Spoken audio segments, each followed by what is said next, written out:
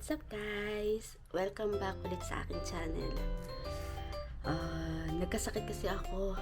Taas ng lagnat ko kaya ngayon lang ako gumaling. Kaya hindi ako nakakapag-vlog nito madalas. Ngayon, bago kami pumunta ng Korea,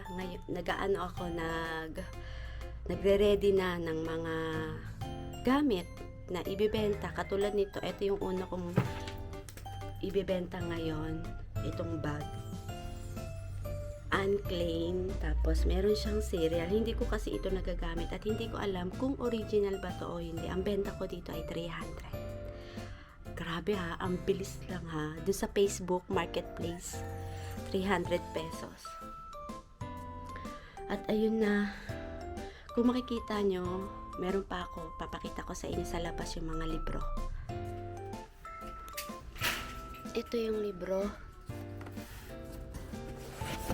Kaysa naman itapon ko, ipamimigay ko na lang. Ayan. Ewan ko, marami lang nagtatanong kung available pa. Sinasabi ko oo, tapos sabi nila ipa-deliver ko daw. Hindi naman ako marunong mag-deliver ng dito. Pasensya na kayo sa boses ko kasi medyo may sipon ang lola nyo. Kung makikita nyo, ang dami ko pang gamit na ibebenta. Isa-isahin ko yan.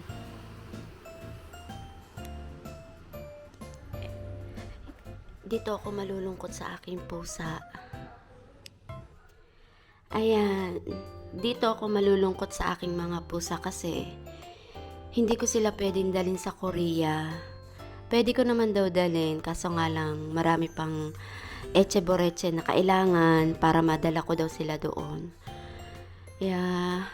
Ewan ko kung ano yung gagawin ko. Ito nga pala yung aking mga ayan. Pasensya na kayo sa kwarto ko ha. Ibebenta ko din itong gintara kasi hindi naman nagagamit. Itong printer, ibebenta ko. Tapos ayun. Diba makikita niyo, ang dami kong ibibenta. Grabe. Kuya, yung bag. Ayan, dumating na yung delivery. Kukunin na. Bye-bye. Unclean, bye-bye. Meron ba? Ang laki naman. Wala bang maliit? Yung maliit lang.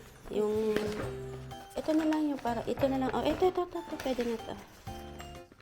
Lagay mo na to dyan.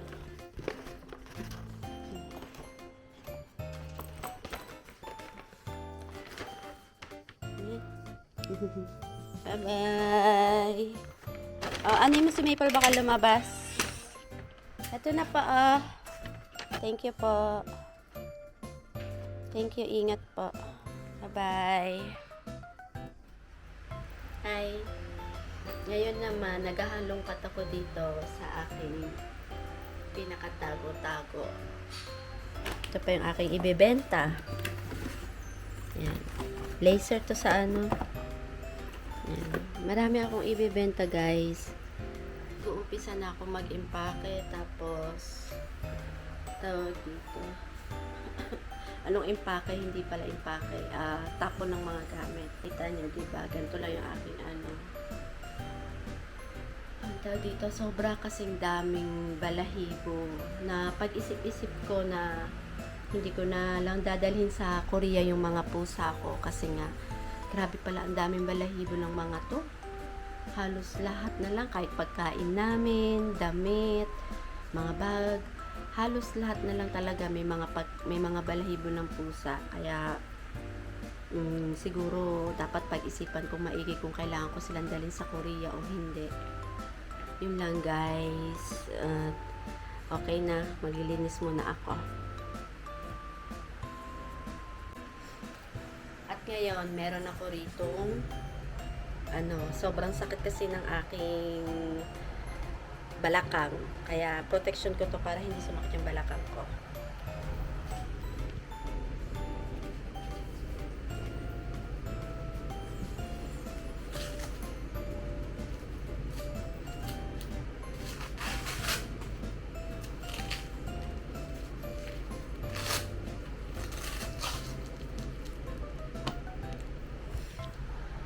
No, 'di ba? At pagpasensyahan niyo na yung aking mga balikat na malaki. Hmm, yun lang.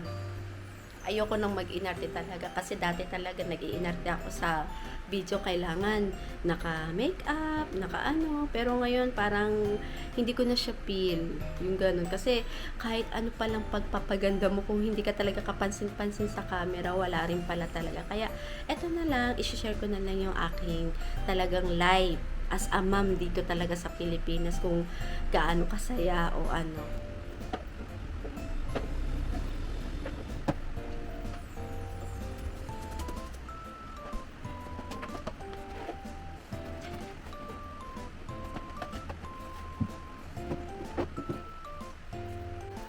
Ang daming ano ng balay balang pusa. Siguro kaya, alam niyo ba, lahat kami may sakit.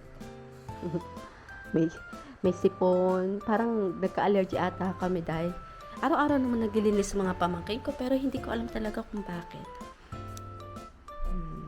Ayan ang aking mga ano. Namimigay ako ng mga ganito kasi sa sobrang dami. O baka maano, pinibigyan ko yung mga pamangkin ko, yung mga kakilala ko, at eto na lang yung natitira. Kasi 'di ba, alis na din naman na kami para mag-stock pa ako. Eh di doon na lang uli ako bibili sa Korea.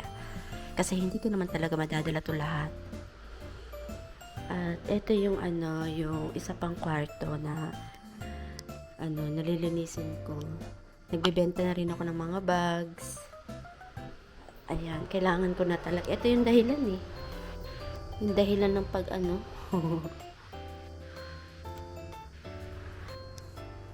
Yun lang. At andito nga pala ako sa bintana.